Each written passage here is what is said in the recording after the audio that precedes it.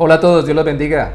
Continuamos con nuestro devocional de Génesis. En el día de hoy vamos a abarcar de los capítulos 15 al 17. Leamos el capítulo 15, el primer versículo. Después de estas cosas vino la palabra de Jehová a Abraham en visión, diciendo: No temas, Abraham, yo soy tu escudo y tu galardón será sobremanera grande. Dios está tratando con el temor de Abraham. Obviamente estaba pasando el tiempo, los meses, los años, y todavía no había empezado a ver su descendencia y el cumplimiento de la promesa, pero Abraham seguía caminando por fe, conforme a la voluntad de Dios. Entonces Dios le dice: yo soy tu escudo, yo te protejo, yo soy tu galardón en grande manera o sobremanera grande, es decir, yo soy tu recompensa en medio del camino. Pero Abraham le manifiesta en este capítulo de Dios precisamente que no le da descendencia y que el que lo va a heredar va a ser su mayordomo o su administrador llamado Eliezer. Entonces Dios le asegura que le va a dar descendencia. Dios le dice que no va a ser ese mayordomo, sino que va a ser el hijo que le va a dar. Le dice que mire las estrellas del cielo y la arena del mar, que así será su descendencia, porque Él lo está prometiendo. Va tratando con su temor con la promesa que le está dando. Trata el temor humano con la promesa divina. Y le asegura que Él lo sacó de Ur de los Caldeos. No solamente lo sacó de Harán, que es donde pareciera el capítulo 12 nos dice que es cuando empieza el viaje de Abraham, sino que le dice que desde antes, desde el versículo o los versículos finales del capítulo 11 se nos dice que él salió desde Ur de los Caldeos. Desde cuando salió con su papá, Dios lo estaba guiando. Y además de ello, le hace tomar animales conforme a la cultura de esa época, según este capítulo, para que se partieran por la mitad y para comprometerse con él en lo que la Biblia le llama, y en la antigüedad le llamaban un pacto. De hecho, la palabra pacto significaba corte o cortar, y los animales, se cree, en la antigüedad los cortaban por la mitad y las personas pasaban por la mitad para asegurarse entre ellos del compromiso que estaban haciendo, que si alguno lo incumplía, entonces así fuera partido el que lo cumpliera. Y Dios se compromete con Abraham en pacto, lo que le llamamos el pacto abrámico, y le dice que va a ser sepultado en paz en esa tierra, que esa tierra va a ser de él, pero que, y le anticipa, va a pasar muchos años, su descendencia se va a multiplicar mucho, y le está mostrando que su plan no es solo para esa generación, sino para generaciones posteriores, que es la generación en la que se escribe este libro de Génesis, la generación de Moisés y el pueblo de Israel cuando sale de Egipto. Y le dice, o le muestra, cómo va a ser ese futuro en el que ellos van a quedar esclavizados en Egipto, pero que al final van a ser liberados. Dios entonces trata con su temor, comprometiéndose, prometiéndole, haciendo un pacto con él, diciéndole que él es su recompensa, que él lo protege, mostrándole que conoce todo el futuro, que no solo es para ese tiempo, sino para las generaciones posteriores, y comprometiéndose a darle el hijo que él todavía no veía. Entonces Dios trata con el temor, con su promesa y su pacto. Con nosotros a través de las promesas hechas en Cristo de la vida eterna y con el pacto hecho a través de su sangre.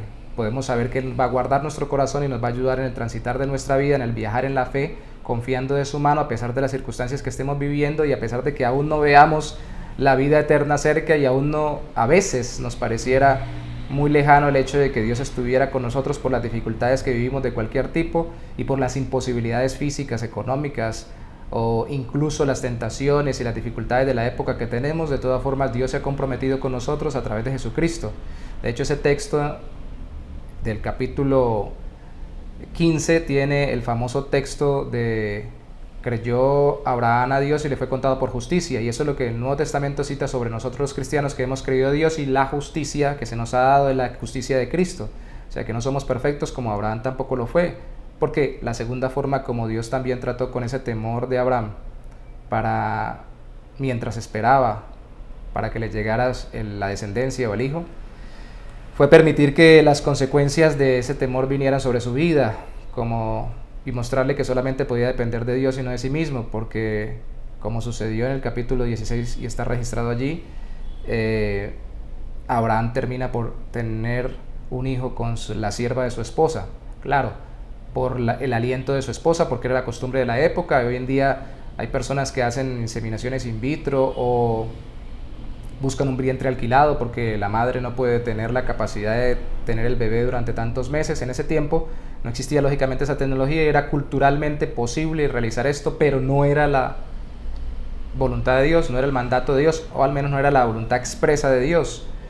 Pero sí, lógicamente, era la voluntad permisiva o la voluntad general de Dios permitir que esto sucediera para tratar con el corazón de Abraham y con su temor, mostrarle, como sucedió después, que se generaba un conflicto, y a nosotros nos muestra también se genera un conflicto cuando nosotros actuamos en nuestras fuerzas para quitarnos el temor, para, entre comillas, ayudarle a Dios a cumplir su promesa sobre nuestras vidas.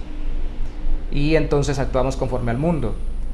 Hay conflicto antes de que naciera Ismael, hay conflicto después de que nace Ismael, lo veremos más adelante, pero también hay conflicto que Dios trata en el corazón de la sierva, porque se le aparece y le dice que su descendiente va a tener mucha descendencia también, su hijo Ismael, así termina llamándole a ella porque Dios dice ella lo hago yo, y él va a ser muy fiero, dice el capítulo 16, y va a vivir delante de sus hermanos, pero van a pelear contra él. Él es el padre de los descendientes llamados las culturas o las tribus árabes, y obviamente estuvieron en conflicto con el hijo de la promesa, Isaac, y su descendencia Israel. Entonces es un conflicto que siguió, pero de todas formas Dios lo utilizó para generar un pueblo grande y para tratar con el corazón de Abraham y formar su pueblo escogido desde él. Y luego no solamente le ha prometido, ha pactado, no solamente le ha permitido que las consecuencias vengan para que conozca que tienes que confiar solo de Dios, sino que también en el capítulo 17 dice el versículo 1, cuando ya tenía Abraham 99 años, era Abraham de edad de 99 años cuando le apareció Jehová y le dijo: yo soy el Dios todopoderoso, anda delante de mí y sé perfecto, y pondré mi pacto entre mí y ti, y te multiplicaré en gran manera. Vuelve y le recuerda la promesa, y si usted se ha dado cuenta conmigo en estos capítulos, ya han pasado 24 años de la vida de Abraham. Obviamente Dios tenía que aparecérsele para recordarle y afirmarle su promesa, pero en este caso también para transformarlo, dejarle una marca transformadora en su cuerpo y en el de su descendencia o en el de los suyos, para decirle: yo estoy comprometido y por eso también te transformo. Estoy comprometido a darte lo futuro, pero también te transformo en el presente conforme a mi pacto y a mi compromiso. ¿Cuál es esa marca? La circuncisión. De hecho, cuando Dios le dice eso, le recuerda su pacto, le dice que ande bien delante de él y que lo va a multiplicar en gran manera, pues Abraham vuelve y le dice lo mismo que le había dicho mucho tiempo antes. Hay que tener en cuenta que mucho tiempo pasaba entre la experiencia de haber hablado con Dios o de que Dios le hubiera hablado a Abraham, entre una y otra experiencia. Pasaba mucho tiempo. Podemos contar con los dedos de la mano las experiencias de Abraham recibir palabra de Dios en estos 24 años. Entonces Abraham se postró sobre su rostro y Dios habló con él, diciendo: he aquí mi pacto es contigo, y serás padre de muchedumbre de gentes, y no se llamarás más tu nombre Abraham, y aquí es donde le cambia el nombre, sino que será tu nombre Abraham, porque te he puesto por padre de muchedumbre de gentes. Antes era padre enaltecido, lo que significaba ahora padre de muchedumbres. Te multiplicaré en gran manera y haré naciones de ti, y reyes saldrán de ti, y estableceré mi pacto entre mí y ti, tu descendencia después de ti, en sus generaciones, por pacto perpetuo, para ser tu Dios y el de tu descendencia después de ti. Y te daré a ti y a tu descendencia después de ti la tierra en que moras, toda la tierra de Canaán, en heredad perpetua, y seré el Dios de ellos. Dijo de nuevo Dios a Abraham: en cuanto a ti, guardarás mi pacto, tú y tu descendencia después de ti por generaciones. Este es mi pacto. Aquí repite muchas veces la palabra pacto, que apenas si apareció en el capítulo 15. Este es mi pacto que guardaréis entre mí y vosotros y tu descendencia después de mí. Será circuncidado todo varón de entre vosotros. Circuncidar era quitar la carne de vuestro prepucio, para señal del pacto entre mí y vosotros. Lo que está Dios haciendo aquí era una certificación externa de su compromiso espiritual con Abraham. Y esto le sirve a Abraham para fortalecerse en fe, ya para el cumplimiento real de la promesa de tener su hijo.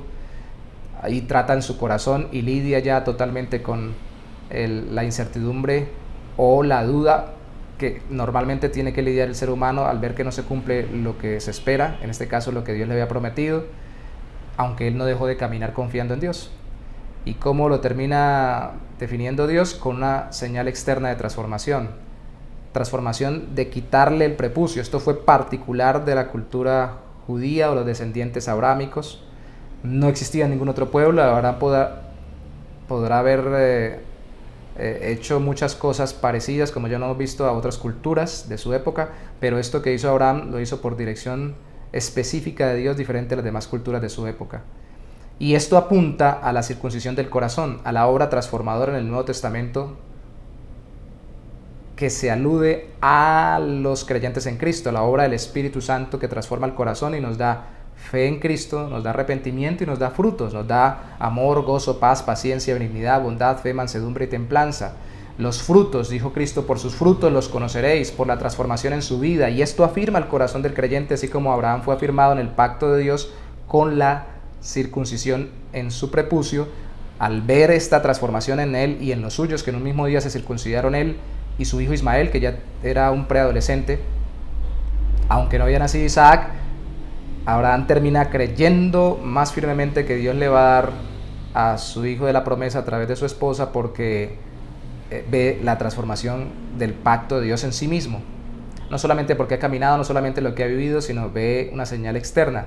Cuando nosotros vemos lo que Dios ha hecho en nuestro corazón, cuando vemos que nuestro carácter ha cambiado y sigue cambiando porque no somos perfectos, cuando vemos que el fruto del Espíritu cada día se manifiesta más en nuestra vida, al habernos arrepentido de nuestros pecados y confiar en Cristo, podemos dar también seguridad a nuestro corazón de que Dios está actuando en nuestra vida y que es segura su promesa de darnos vida eterna, de acompañarnos durante esta vida, de liberarnos de todo temor humano y mundano en esta tierra y de darnos la vida eterna en Cristo. Oremos al Señor. Señor, te damos gracias por tratar con nuestro corazón en medio de todo temor y ayúdanos, Señor, a confiar en ti en medio de toda dificultad. Que nuestro corazón esté firme en el hecho de que tú estás con nosotros en Cristo y que por la sangre de Cristo y por la justicia de Cristo nos has dado vida eterna y nos tendrás en tu gloria y nos guardarás para no perdernos de ti, de tu voluntad en esta tierra y todo lo que has prometido, no solamente para nosotros en este tiempo, sino especialmente en la eternidad en Cristo, se cumplirá por tu gracia en el mismo Señor Jesús. Te bendecimos. Amén. Dios los bendiga.